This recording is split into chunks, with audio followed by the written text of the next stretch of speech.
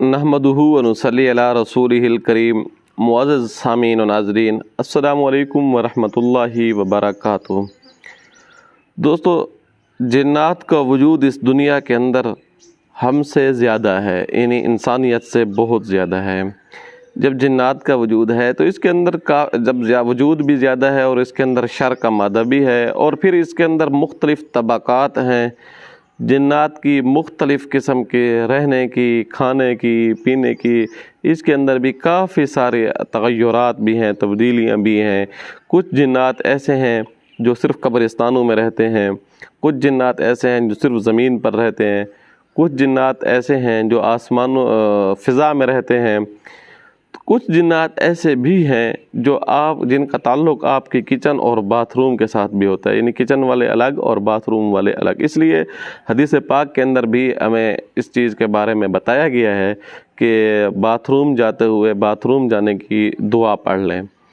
اب bath room جانے کی جو دعا ہے، اگر اس کے ترجمے کے اوپر اور اس کے مفہوم کے اوپر آپ غور کریں تو آپ کو واضح پتہ چل جائے گا کہ جنات ہمارے باتھ روموں کے اندر بھی ہوتے ہیں، ہمارے گھروں کے اندر بھی ہوتے ہیں۔ اور حدیث پاک کے اندر ان کی غذا کا ہمیں بتایا گیا، ہڈی ان کی غذا ہے۔ جب ہڈی ان کی غذا ہے تو ہڈیوں کا عمومی طور پہ جو تعلق ہوتا ہے کھانے پینے کا، وہ کچن کے ساتھ ہوتا ہے۔ تو کچن میں ان کا وجود بھی بہت زیادہ ہوتا ہے۔ بعض دفعہ ہم کچن میں برتن ویسے پڑے رہتے ہیں تو کھانا بچا ہوا ہوتا ہے، اس کے اوپر بھی یہ مسلمان جنات بھی آ جاتے ہیں، غیر مسلم بھی آ جاتے ہیں۔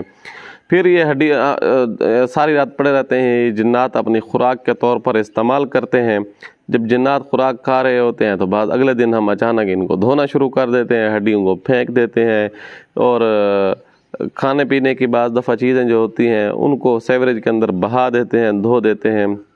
اس سے دو نقصان ہوتے ہیں۔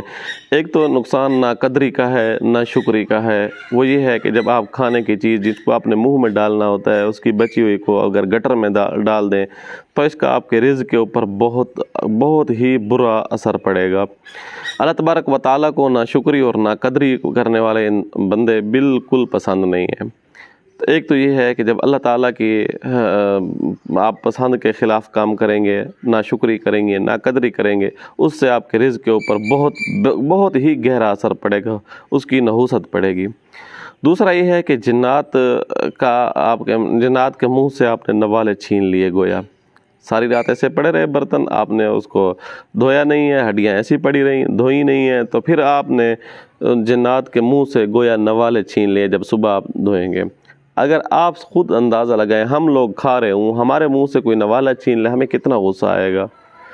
تو ان کو بھی ایسے غصہ آتا ہے۔ پھر یہ ہوتا ہے کہ جو عورتیں یہ کراتی ہیں، دھوتی ہیں، تو ان کے بال گرنا شروع ہو جاتے ہیں، گھروں کے اندر ناچاکیاں پیدا ہونا شروع ہو جاتی ہیں، رزق کے اندر جو معاملات ہوتے ہیں وہ ہسپتالوں کے اندر پیسہ صرف ہوتا ہے، آتا تو بہت ہے، ہسپتالوں میں لگ رہا ہوتا ہے، پیسہ آتا تو بہت ہے، اس کے اندر برکت نہیں ہوتی۔ ایک جگہ آ رہا ہے تو 3 جگہ اس کے صرف کرنے کی پہلے سے تیار بنی کھڑی ہوتی ہیں کہ یہاں لگانے ہیں، یہاں لگانے ہیں، یہاں لگانے ہیں۔ اس لیے اس کے اندر خصوصاً احتیاط کرنی چاہیے جنات کے معاملات میں، کھانے پینے کے معاملات میں، کچن کے معاملات میں۔ اس میں ہمارے پہلے بھی کافی ساری ویڈیوز آ چکی ہیں۔ تو خیر، اگر اس طرح کا سین ہے کہ جنات آپ کے اوپر حملہ آور ہو چکے ہیں، کچن کی صورت میں، باتھ روم کی صورت میں، یا کسی اور صورت میں بھی جنات کا آپ کے اوپر کوئی اٹیک ہو چکا ہے، اثر ہو چکا ہے، تو آپ چاہتے ہیں کہ جنات کا مکمل علاج ہو جائے۔